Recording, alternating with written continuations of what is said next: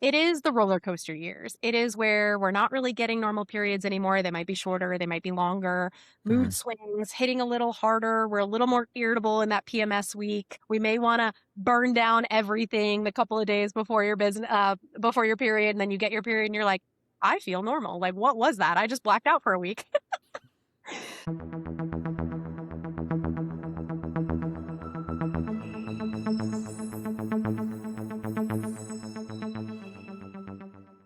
Everyone in healthcare has a story they never forget. Some are beautiful, some are difficult, most are never told. This is the space where doctors talk and health folks in healthcare talk about the moments that change them. Welcome to HUMED, where we talk about the emotional, moral, and human realities of healthcare. I'm Dr. David Spiro. Thanks for being here. Really excited today to talk to our guest, Dr. Ashley Dwire. She's a licensed pharmacist, certified health coach, and founder of Team BDN Coaching, where she helps women restore metabolism and hormones at the root. After experiencing her own dysfunction and years of Band-Aid solutions, she left traditional medicine to create a foundations first method for sustainable fat loss and optimal health. Her work focuses on rebuilding the core systems that regulate the body, not just chasing symptoms. She is on a mission to help women fix the foundation and take their health back. Ashley Dwire, welcome to HUMED. Hello. Thank you for having me. I'm very excited to be here. Yeah, excited. And this is our first time meeting, which is always exciting for me to sort of get to meet new people and hear what folks are doing out there in the world of healthcare. And as we usually do, would love to start off with a story, and I understand that you want to talk about your story. Well, I think that some people maybe in healthcare can also relate because you don't see many people who leave, Western healthcare and then go into more preventative medicine, or at least leave a pharmacist salary, maybe, right? To start their own thing and do their own thing. So my story is just kind of that crucial moment that got me to make that change. Like I grew up, was an athlete, but then went into, are you familiar with like NPC bodybuilding competitions? Do you know what those are? No, no, what is So that? I used to be it's Natural Physique Committee. It's like a bodybuilding type Hmm.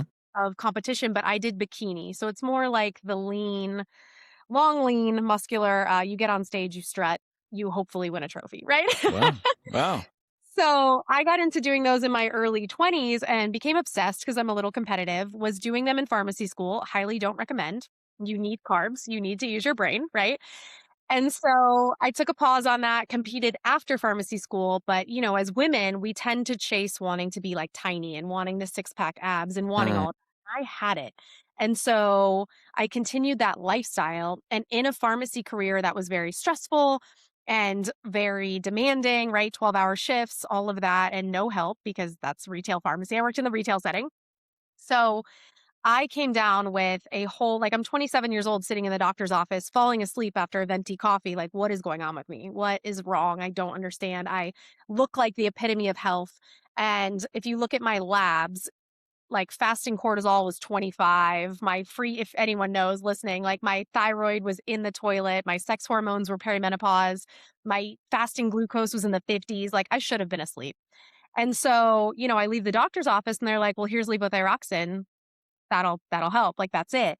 And so then I spent the next, gosh, years running tests and still feeling like absolute crap, my hair falling out, just the fatigue and the symptoms of hypothyroidism, and just trying to get back to feeling good while maintaining my job. And I wasn't able to. And so it wasn't until I looked into, I probably fired 3 PCPs, 2 endocrinologists, like work with so many different providers.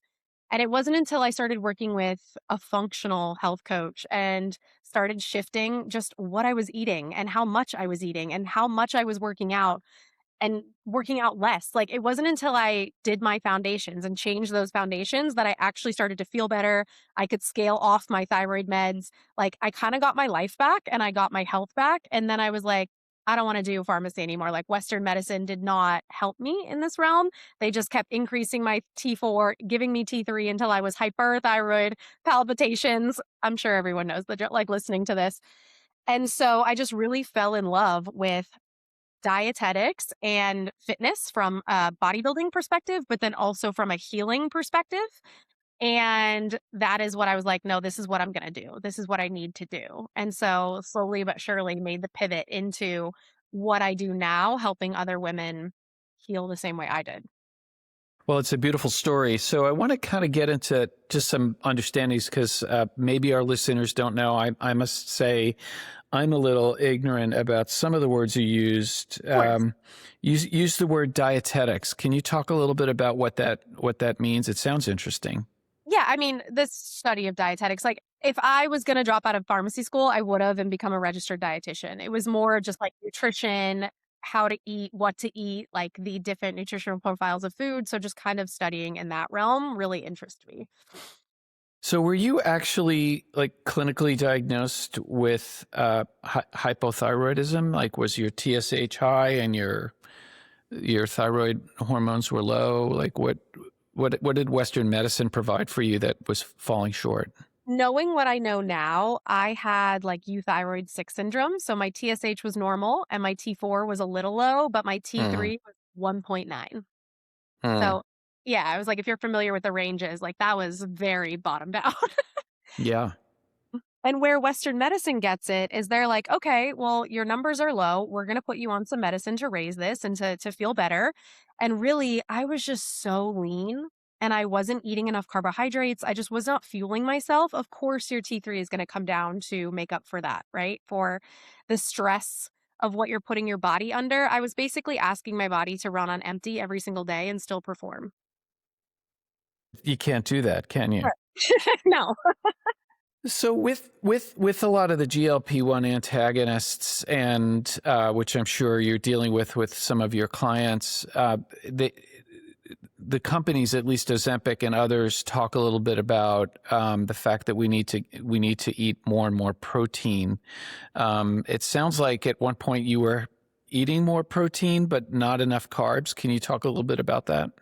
Yeah, I mean, even as a bodybuilder, I was definitely prioritizing protein, but then I still had those thoughts of like carbs are bad, carbs make you gain weight, right? Like I still was in my early to mid 20s and we still had fear mongering around carbs and I didn't understand their importance like I do now. And, carbs are our first line fuel source. They're also the only way we get fiber. So I was basically putting my body in like forced ketosis or gluconeogenesis, like creating my Hmm. own energy and just causing it to burn out when I was so active doing fasted cardio. Um, it's just fuel. I was giving my body zero. So how do you work? You use the word foundational practice, and which I really love that term, by the way. So what? How do you approach women who are in situations like we're in situations like yourself, who are maybe euthyroid? They're not. They may look good, but they don't feel good. How do you approach the coaching aspect? Because I imagine coaching is hard because you're trying to support other folks that may or may not be interested in changing the way that um, they approach their life. So, would love to hear a little bit more about foundational medicine and your approach to coaching in this sense. Yeah, I mean, starting off even with the approach to coaching, it's funny because now I'm kind of selling my services like drugs sold themselves, So we didn't really Yeah, have market much when I was a pharmacist, but the clients, luckily, that come to us that do want to work with me, they are ready to take action, change their lifestyle. They understand the importance that I stress and that I educate on constantly. And I don't know if these are a world known things, but I have my own like 5 pillars that I work on for foundations for my clients. So the first one being nutrition. We want to be eating enough. We want to be eating the right types of food. It's not just about the certain like good and bad foods, but more nutrient dense versus less nutrient dense. We're kind of making sure we're eating enough protein because even though protein is so overly talked about now, women are still not eating it. Like we have every single client who comes to work with us do a 5-day log. We have them track their calories and their macros, and women are eating 50 to 70 grams of protein a day, which for what their goals are and strength training and how active, it's just not enough. So interesting. we start with that. We make sure they're eating enough carbs, but also getting in fiber. So we're making sure to have balanced meals, teaching them how to put meals together, how to regulate blood sugar, all of that, depending on what their issue is, right? The next one would be movement or exercise. So we want strength training, especially for women, since we start to lose muscle mass every decade after the age of 30. We have declining estrogen. We want to keep muscle mass high, and we see a lot of insulin resistant cases, and muscle is the best tissue for that, right? So we work on strength training, we work on steps and just making sure we're working, moving outside of working out. Cardio, if we can fit it in, is really important.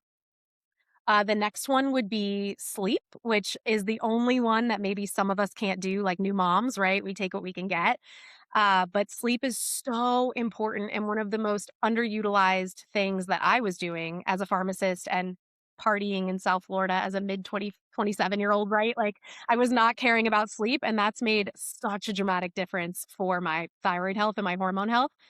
So we try and nail down sleep. A lot of women in perimenopause have issues with sleep. So we try and get a good sleep hygiene routine. The fourth one for me is nervous system. A lot of it is nervous system regulation, stress. We have a lot of digestive issues from stress, secondary hypothyroidism too, right? I'm pretty sure that's what mine would have maybe fallen into if we were to do all of that with a fasting cortisol of 25. And then, so nervous system supports, boundaries, just things that women don't think of too, like putting themselves last and everyone else first. It really tends to stress you out. And then last is the environment. So toxic jobs, toxic relationships, endocrine disrupting chemicals, what we're using on our skin, makeup, all of that, plastics.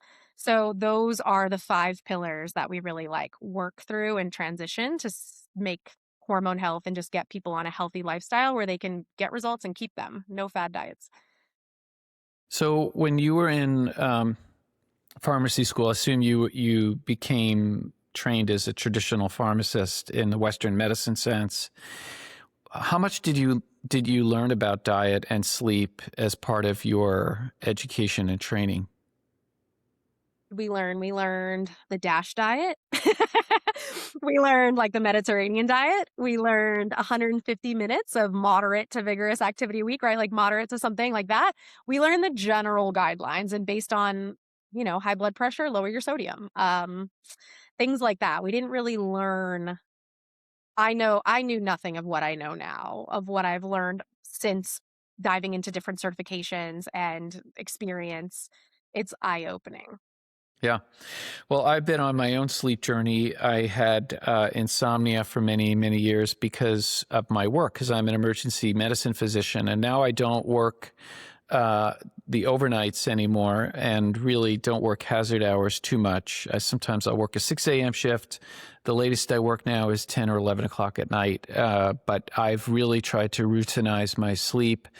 And it's really helped. I think that sleep, and I learned, by the way, in medical school, zero about diet. You learned Okay. more about diet than I did in medical school, and I learned zero about sleep in medical school. And those were two of the five things that you described as foundational. And it seems like, because I know, and I do not sleep well the night before. Now that I'm really routinized, I do not feel great the next day. I just feel a bit off. And then it starts to accumulate, and then you're just not yourself. And then you're emotionally dysregulated. So I really appreciate the fact that you're approaching it from a number of different directions. In regard to sleep, what do you do as a coach? Because to me, sleep is it's a hard thing, right? And I bought a sleep system called 8 Sleep, and now I have some data. I've got the Aura Ring, so I have some feedback, and it's really helped me. There's your Aura Ring, good. Yep. But so do you recommend your clients to get the Aura Ring? Like, what do you do to support sleep? They don't have to have a wearable, like that's not included in our program, but a lot of them do. They either have Aura or Fitbit or some type of tracker. And I'll look at the trends because again, like we hope they're accurate, but are they really? What we're paying attention to and kind of even what you were saying of working night shift is we have to kind of retrain your circadian rhythm, right? Yours is so thrown off from working night shift. So what happens with what we see is people just have kind of poor sleep hygiene routines when we're winding down to go to bed. We just have like a poor routine in that matter. And I'll get into that in a moment. But then we're also not getting sunshine in our eyeballs in the morning. We're either waking up when it's dark outside or we just don't factor that in. Like I have a dog, so I have to get outside, right? Like I get that forced interaction. But when we do that and it spikes cortisol like it's supposed to in the morning, we don't if we're tired and wired at night and we're having a total diurnal pattern is off, then we can't go to sleep at night. Our melatonin is close to zero. So I start with the sunshine and the eyeballs in the morning. It does way more than people think it does. It helps redo circadian rhythm. We work on a constant sleep and wake time, like you're saying. Let's try and keep those very consistent throughout the weeks. Get on that good schedule. And then we wind down blue light. You can do glasses or just be like cognizant of the warm setting on your iPhone, something like that, an hour and a half before bed. Some people do well eating a snack before bed. Others should not eat 3 hours before bed. I will adjust that based on biofeedback of the client. Like I'm fine eating before bed. Some clients aren't. They'll get heartburn or will just mess up something there. Sure. The bed for me, the bedroom is only for sleep and sex. We're not watching TV in the bed because that trains us to stay awake in the bed. So, yeah. No, I've heard that many times, but it's so true, isn't it? Like the bed, because we're animals to some degree, right? We're behaviorally inclined, and so having the bed as a place where your mind is stimulated, such as watching TV or on our phones, Yeah. it's stimulating. How about supplements? Do you recommend any kind of sleep supplements? Because there's a lot of literature now about theanine and magnesium glycinate and melatonin, which is sort of what are your thoughts about all those? I'm a big magnesium glycinate girl. Mm. I love magnesium glycinate, especially for women and the like type A. They're like me, like attracts like. They're type A and go, go, go. So the magnesium glycinate works well. And most people are deficient in magnesium anyway. So I don't feel like we're going to overdose in that capacity, right? The glycine really helps. Otherwise, I don't really recommend melatonin unless we have a jet lag situation, like you're coming back from traveling. I just don't, I haven't found good results with that, with keeping people asleep. L-theanine is great. Sometimes just a regular glycine works, or GABA for some women in perimenopause, or if we find on a GI map, because we'll also do GI maps and stool tests, and we'll see, they have low bacteria for GABA. Like it just depends on the client, but magnesium glycinate will work a lot. A good sleep routine will work. Some clients come to us on sleeping medications, and my goal is not to ever, I don't tell them like we're going to get you off this med. But if it does happen that way, I'm happy because even with sleep medications or alcohol, some people like a lot of women like their glass of wine before bed, and that can really disrupt slow wave sleep and deep sleep, REM sleep. So I want to cut out those factors if we can and work on just getting our routine in, an eye mask, cool temperatures, blackout curtains, something to kind of train our brain like, okay, it's bedtime. And that works more than people will give it credit for. Well, yeah. So what are your thoughts? You sort of had a little reaction to melatonin. What are your thoughts about melatonin? I don't know. Like Which, by the way, melatonin has a huge range. I mean, you can start off does. at 0.5, and some people take 10 milligrams. I mean, and it's all over the place. And what are your thoughts about that? I think like I will definitely humbly say melatonin is an area I feel like I need to study more in the data because you hear that it's like such a powerful antioxidant and it does all this and it's really Yeah. helpful. But then you hear that it's not always great to take long term and the data is not. So I am really just like, okay, if I can avoid this and not come up like not know a good conclusion, I'm gonna write that down as something to like look after on this podcast. But do you use melatonin? Are you a big fan?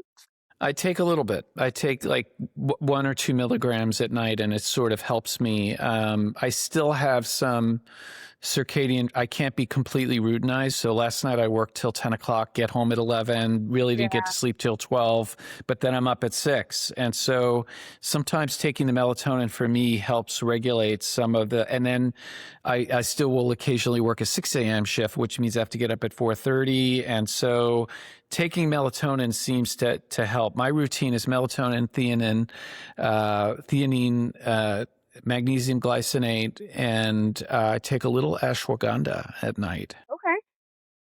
So it seems to be, working for me. I occasionally in the past have used some of the sedative hypnotics, such as Ambien, and I Yeah. don't like it. I've never liked the way Ambien makes me, because I'm pretty drug naive, it makes me feel like I have a hangover, like almost all day. And there's some evidence in the longevity world that those sedative hypnotics and also diphenhydramine Benadryl, not good for the brain, like long term. Yeah. Mhm. I was gonna say, you're speaking to someone who can't even take a full dose of NyQuil without being hungover the next day, so I hear you. Yeah. Yeah, and I've heard some crazy stories on Ambien, like sleep eating, sleep driving, so that enough would turn me off from trying the drug in general. Yeah. So what do you think about? You talked about the five foundations, and I really appreciate that. And I've heard a lot about from Andrew Huberman, who I follow, about the importance of sunlight and getting out there and walking 20, 30 minutes a day. We have a dog, and getting sun into our eyes in the morning is like it's tremendous. What are your thoughts about sauna? Have you explored sauna with your clients, and do you recommend it? I'm curious because there's a lot of literature out there in the last couple of years that have demonstrated the benefit of 4 or 5 sessions a week. Yeah, I love saunas and infrared saunas. I think they're great, especially for detoxing. I mean, someone like myself, it's funny, even working out, I don't sweat easily. So I'm the perfect candidate for a sauna where we're actually like getting things out of our skin and detoxing. I think they're great. I just think sometimes they're not as accessible to everyone who would like to use them, right? Not every gym has a sauna. Places with sauna memberships can be expensive. So if I can recommend it and they have that option, I will absolutely have them use it. If it's out of their price range, we'll try and like do more outdoor activities with sweating or try and do something like that. But I love saunas. I love saunas way more than cold plunges. Yeah, cold plunges. Apparently, there's some data or some studies out that cold plunges are not great for women. Have you heard that? Yeah, we don't Yeah. need ice cold temperature like men can relate to. No, thank you. Yeah. So I'm curious. You talked a little bit about uh, the idea of women being premenopausal and or perimenopausal, and there's been some discussion around that as well, or sort of. Women go through in their 40s, late 40s and 50s, typically a period of menopause, right? And that is this sort of shutting down. But there's been some different feelings or theories about the pre or perimenopausal period. Can you talk a little bit about that? Yeah, and as someone who potentially may be experiencing it, sure. Perimenopause is like the 10 to 15 years before menopause. And you're right. Before, like even my mom used to go through menopause at 50, and that's what they say you're probably going to go through menopause the same time as your mother.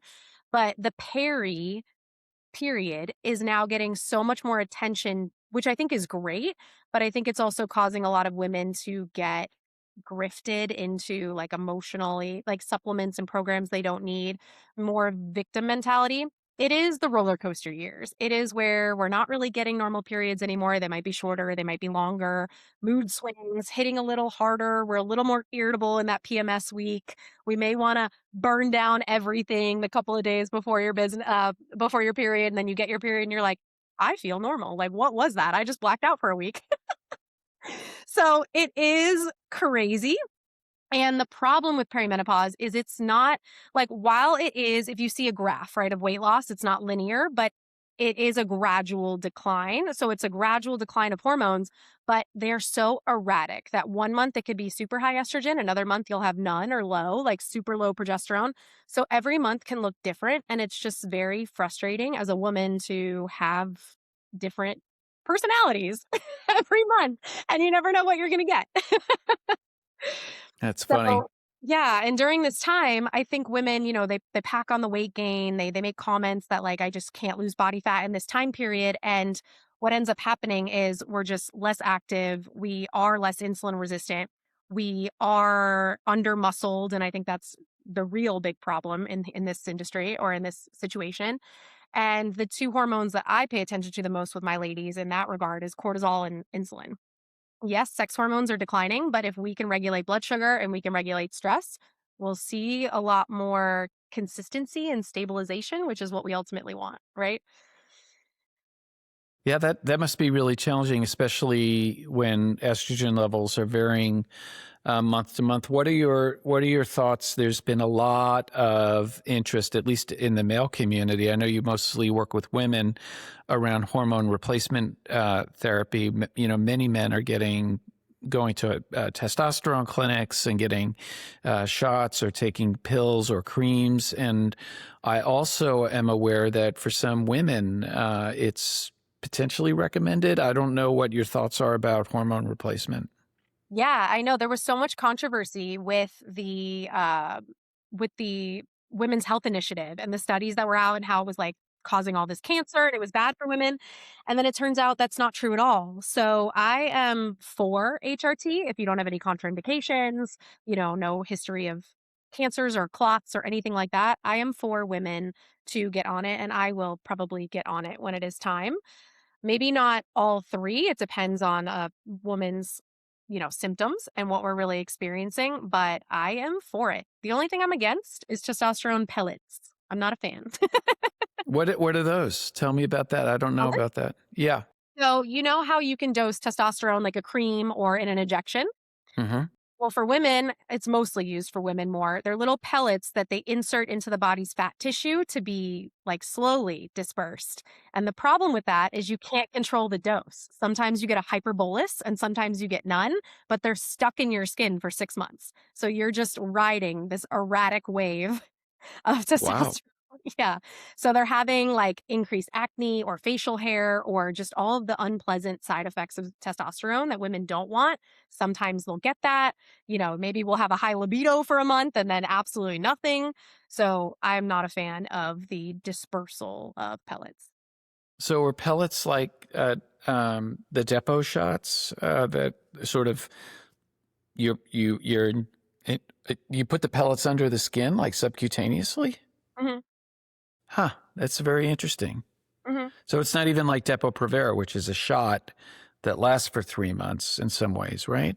I think they can dose dependent. So it can be 3 to 6 months, but a lot of my clients have had them for 6 months. When they come in working with us, they're like, oh, I did the pellets. And I'm like, oh no, I would have stopped you.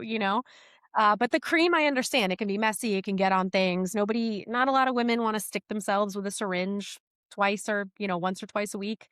So the pellets seem like the good idea, but just the response has not been favorable. So when women come to you for coaching, and by the way, it's been a phenomenal conversation. I've learned so much from you today, and I can already tell you're an amazing, seriously, amazing coach, and you're inspiring me as well. But when women come to you as clients and wanting to make changes, what are the general things that they're coming to you that they're complaining about? That what about their life is not working out well that Ashley Dwire is going to support them with? Yeah, absolutely. Well, for most women, they want fat loss, and what they used to do before isn't working now. And so, of course, what we used to do in our 20s no longer works in our 30s and 40s. The same is true for myself. They're convinced they have a very slow metabolism. They're convinced it's something hormone related, and usually it's not. It's just our lifestyle, which is why I focus on the foundations. But I get a lot of women with PCOS. It's almost like become one of my specialties. And their main complaint is they want to conceive, they want to have children, and they can't because they're either not having normal cycles or something else is going on with them. Even on the GLP-1s, my PCOS clients will have to come off of it to try and conceive because you can't stay on it, right? So the food noise comes back, comes back. So those are my favorite clientele because making a baby is so fun and seeing them with a healthy pregnancy and just it's so rewarding. Those are my other stories is like the ones of helping someone get pregnant. But Wow. Yeah, it's super fun and way better than the pharmacy counter. But it's generally like, I just don't know what to do for my body anymore. I'm doing all the right things and I'm not seeing results. And then I come in and I'm like, okay, this is actually what was not normal. Or they'll get their blood results back from their doctor. And it's like, my doctor said everything's normal, but I feel like this. And I'm like, well, your ferritin is 14. So that's probably why we feel, the way we feel with all the other labs, right? But looking at it from a more holistic approach, which is what the five foundations are, we are able to make more of a systemic change than just treat the individual symptoms that I used to do in Western healthcare. Well, what is your opinion? Because you mentioned it. What is your opinion about the GLP-1 drugs? Do you think that they've been a good thing for society, a bad thing? There's a lot of controversy about the GLPs. Yeah. I mean, I've been very on the same page since they came out. I think they are awesome in what they can do and their capabilities and what we'll probably see from the future. Like retatrutide is crazy if you've seen some of the results and studies from those. But I do think it comes with a heavy warning label. I am very against the use of them for vanity weight loss. I do not think that it is worth the 10 to 20 pounds some women want to lose to try these drugs and not change their lifestyle. You're still going to, like, they're made to be a maintenance medication, right? So you either need to get used to staying on them for life, or you need to learn the foundations and the lifestyle changes to support the changes that you're making so you can continue having those changes. And that's what we help our women do to come off of them, is get them, their relationships with food, how they're eating, a workout routine, strength building, because the last thing we want to do is lose more muscle mass or starve our body. We can't live on 900 calories a day, right? That's some of the issue we see with even the gastric sleeve or bypass patients, is just consistently eating 800 calories a day. I'm like, your hormones cannot survive off of that. Like, we can't do that. So, Yeah. So because my understanding, you had inferred this, that once you get off of those drugs, unless you change your lifestyle and do the things that you're talking about, make a foundational change, you're going to gain the weight back. Isn't that correct? Does studies show that if you do nothing else, you will gain that weight back that you've lost with the GLP-1 correct. drugs? All of the cravings, all of the food noise comes back, and you're just going to go back to having your normal appetite. So, we are going to go back to the same. So one last question I have for you is, you made a bold move. You were a Western-based pharmacist, and you had the courage to say, this isn't working for me. And, you had your own experience, and now you're giving to others. What has that been like in terms of leaving a W-2 position where you're getting paid, you're salaried, you're working as a pharmacist, and now I assume you are your own entrepreneur, you're your own boss in terms of coaching? Yeah. It has been a massive learning curve. It is. I will say it was Was it very scary? Was it scary when I was did it feel like you were jumping into the pool, so to speak? I did both for 2 years, and I did not wanna leave that comfy pharmacy paycheck. Like, I went down to part-time pharmacy and then Mhm. did my business, and it got to a point where, I had 45 clients and could no longer grow my business while I was working the hours I was working as a pharmacist. And it took me 2 years and my boyfriend at the time to make me a spreadsheet, because I was so risk adverse, to showing me how much money I had coming in the next couple of months and, like, where I was at. And I was like, "Oh, I'm totally fine to leave this job." It was still super scary. And I did the jump, but then I was like, I'm very competitive, not like my competition days, but I was like, okay, so now the success is all on me. I have to learn this. Like, I hired business coaches. I did what I needed to do to learn the skills that I didn't possess. Like, I didn't go to business school. I don't know any of this, right? Got an accountant and like a wealth management, like, teach me how to do these type of things. I eventually hired, like, I have a team under me. So I eventually built my team out, and it's still a learning curve. I still fail every day. Even after having the company for over 7 years now, but it is so much more fun. It might have been a pay cut initially and maybe even still, but the time freedom, the type of work that I get to do, the just fulfillment is so much better. Sometimes I miss leaving work and leaving work at work, right? Like, I walk out of that pharmacy door and don't have to think about it until Monday. I think about my job every single second of the day now, but but you're trading, pros and cons, but it's still So scary. if folks listening want to contact you, do you do remote work? Is it all in? You mentioned you actually physically live in Austin, Texas, but Mhm. do you do remote work? All we do is remote work. Really? Yep, I am completely online. Wow. So how do folks get in touch with you? Yeah, I can give you, I mean, the best place to contact me, this might seem funny because I went from being a pharmacist to what I feel like is a content creator now, is Instagram. All right. So my handle is dr.dwyer, so Dr. Dwire. I talk to a lot of people there. They can go on my website. I can give you links if you need. But I would say, I followed my passion and it happened to work out of preventative medicine and just like helping the core issue. And I think if another person wants to do that and is looking to take the leap, like I absolutely recommend it. It's Awesome. scary, but it's so worth it. Well, you're inspiring. I've had a period of time in my life where I went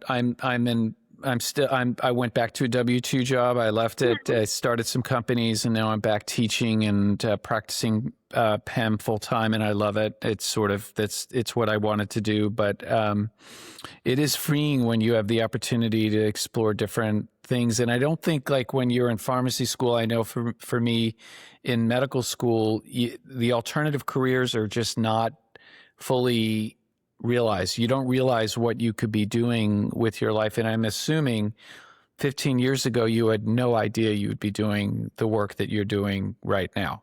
No, like I said, I was so risk adverse that the fact Yeah. that I am now an entrepreneur is crazy. Yeah. Yeah. It's tremendous. You're courageous. You're awesome. I hope that our paths cross at some point, and really honored and appreciative of the conversation and having you on the show. Well, thank you so much. It was so great. So for those of you listening, please subscribe on YouTube, Spotify, Apple Podcasts, wherever you get your podcast information. This is Dr. David Spiro signing off. I hope you all have a great day. Thanks for listening to HeMed with David Spiro, MD. If you like this episode, make sure you're subscribed on Spotify, Apple, or your favorite podcast platform. The video versions are also available on YouTube. Make sure you subscribe and hit the bell there so that you never miss a future episode.